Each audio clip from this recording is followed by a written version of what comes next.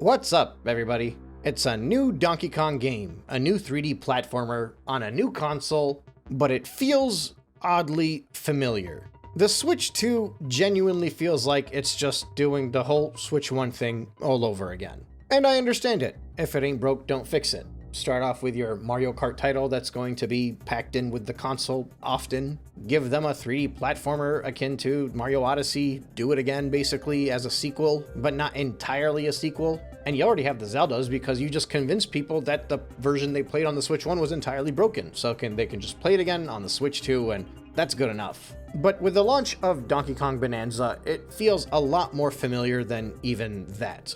You see, Bananza is going to be an amazing game. It's going to be very loved. It's going to be praised. It's already getting the positive reviews, and once the users get in there, it's going to be instant love. But it's also going to underperform from a technical angle. The experts have gotten their hands on it, and they've already noticed that there's a lot of deficiencies, and Nintendo did not take full advantage of all of the power and features of the Nintendo Switch 2 while making Donkey Kong Bananza. So while there are very many people that are going to love this game, mostly Nintendo fans, there is going to be the usual discussion all around the world about how this game is not as strong as it should be, and should have been designed better and optimized better, and is embarrassing for a 2025 title on a brand new console. This should all sound very familiar to everybody, because back a few years ago when the Zelda games were coming out on the Switch, there was very similar public discourse. The scores were extremely high. Everybody was praising them, everybody said it was the Switch's killer app, and everybody just felt like if we had a stronger console, it would have been that little bit better. But then, as time went on and the Switch's life continued, more and more criticism started to surface. People were pointing out deficiencies not only in the technical aspects of the game and the console themselves, but also in the design. It was not a true Zelda title. And as time went on, that narrative just continued. This is a game that's unplayable on the Switch now, even though it was scoring 9s and 10s early on. At some point, there was just a drastic shift where all of a sudden, the idea of playing Zelda on the Switch 1 was almost as bad as playing Sonic 06 on the Xbox 360. And of course, that narrative had to be set. That belief had to be there, because otherwise, when the Switch 2 came out, how else were you going to convince people that they needed the stronger Switch to fully enjoy a game that was already very enjoyed? Why am I talking about this? Because, well, here's my prediction.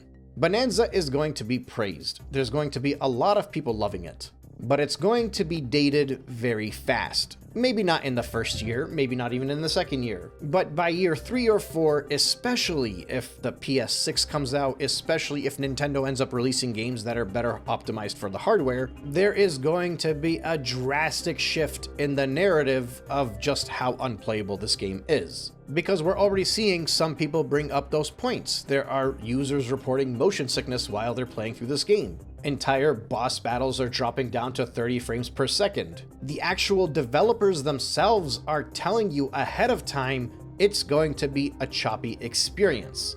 But all of that is going to be ignored for one very obvious reason. Nintendo, specifically this team that's making Donkey Kong Bananza, are damn good at their jobs. It's going to be a great game. And I haven't been shy about this. Donkey Kong Bananza is like the one game that I would love to play on the Switch 2, but it's just not worth me buying a Switch 2 for. And if I was to play it, I wouldn't notice any of the frame drops. And even if I did, I wouldn't care much because I know I'd be having fun with it. That's the kind of gamer I am. I'm not really sensitive to all of the high-end spec stuff. And obviously not, because I am a Nintendo fan. And we enjoy underperforming stuff because the game design is great. So what's going to happen is there's going to be millions of people out there enjoying this title, and it's going to be praised and it's going to be loved. But it seems like this is the new Nintendo cycle, now that they're just on this whole Switch 1, Switch 2, Switch 3, Switch 4, Switch 5 line that's going to occur over the next couple of decades, realistically speaking. Unless, of course, this entire situation flops, because, well, it might. We'll see. But I have a very big feeling this is what we are now going to see, and what I am going to call the Nintendo cycle. The Nintendo cycle now, with this new ownership and this lack of innovation, and still trying to have underpowered hardware despite the fact that they're charging premium prices, It seems like the way that they're going to be moving forward now is to deliver games that are naturally going to underperform because, of course they are. They're using outdated tech that's not worth the price that they're selling it at. It's still going to do well, it's still going to be loved, but then by the end of this console's life cycle, these are the games that are going to get the Switch 3 editions. These are going to be the games that people have to buy on the next console because you can finally play it well.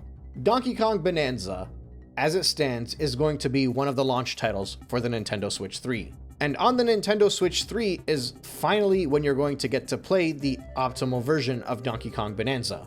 Unless, of course, an emulator for the Switch 2 happens to come up, in which case people with strong PCs will be able to play it sooner.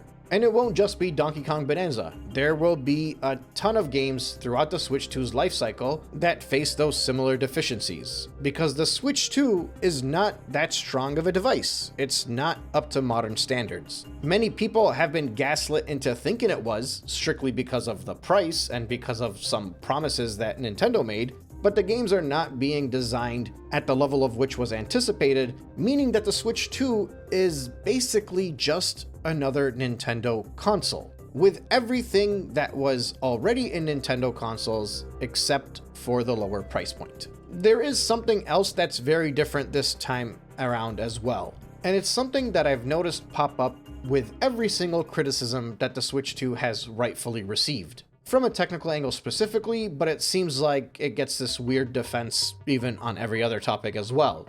Anything related to the price gouging, to the other anti-consumer practices that have been involved. It's that when there is an actual, tangible, concrete criticism of something in related to the Switch 2 or one of its titles, when experts actually tear this thing down and find out just how underperforming of a device that it actually is, I've noticed very many Nintendo fans getting actually defensive about this, saying that if only Digital Foundry or whoever else it might be didn't point this out, then nobody would notice it, so I don't understand why people are making a big deal about it. There's a very ignorance is bliss attitude towards some of these people, and it makes no sense to me because you're already going to be buying the game, you're already going to be enjoying it.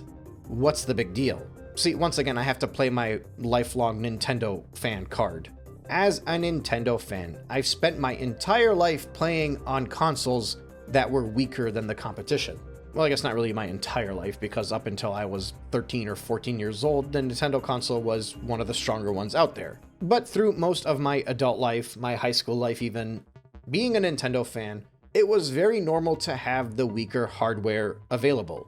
I mean, I grew up with people telling me that the Wii was just a GameCube and a half, or two GameCubes duct taped together. And it used to bother me because you couldn't play with motion controls on the GameCube, and that's what made the Wii so good. But as time went on, I found myself having more and more fun with my Nintendo console, despite the fact that everybody was telling me I'm enjoying something that's inferior. But at the end of the day, it's all just background noise. I knew that the Switch was weaker, but I didn't care because Mario Odyssey was one of the best titles I had ever played, and it still is to this day. I knew that the Wii U was a flop, but there is not a single game I played on the Wii U that I don't look back on fondly. What I'm trying to figure out is, why is it that the current Nintendo Switch 2 fans are so obsessed with people not liking the Switch 2? What exactly is it that changed here? Why is it that you can't just go and buy Bonanza and be happy? Why is it that you couldn't just play Mario Kart for a month and a half instead of watching everybody's videos and downvoting everything that you would see posted on all of the various forums or websites and whatnot? And I actually think I know why this is the case. I think people genuinely believed that this was going to be the console. This was going to be the Nintendo console that finally could live up to the generation that it was part of. But before this thing even launched, there were clear signs that it wouldn't be strong enough for this generation. And now that it's been out for a month and a half, it's showing those signs more and more. This thing is about as far behind of modern day tech as the Switch was. But because the price is so much higher, people don't view it as such. Not yet, but they will. Give it time.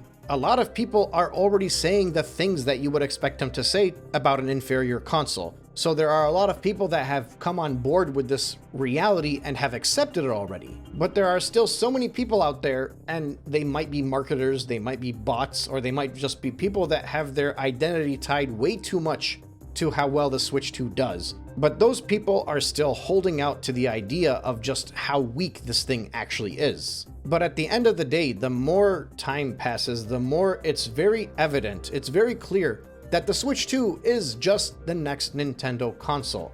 It's not bridging any gaps, it's a continuation of the Switch 1 in every way, including how weak it is in comparison to modern tech. And it makes sense, this thing should have been out in 2021, which means in 2026 and 2027, when people are complaining about how inferior this thing is, they're not gonna say, oh man, the Switch 2 is outdated, it's a tablet from 2025. They're gonna say, oh man, this thing is outdated, it's a tablet that should have released in like 2022. And do you know how I know that? Because when they talk about the Switch 1, they don't call it a tablet from 2017.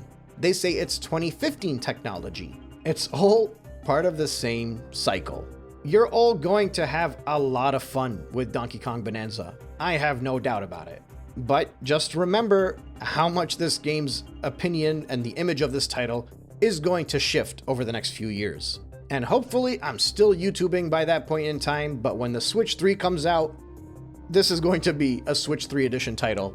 And the same people that are praising it today as an amazing title and a showcase of what the Switch 2 can do will be the same ones talking about how poorly it was when it first launched and how you have to get the Switch 3 to finally enjoy Donkey Kong Bonanza. I guarantee it. Anyway, I'm gonna go play Banjo and Kazooie. Thanks for listening, and I'll catch you on the next one.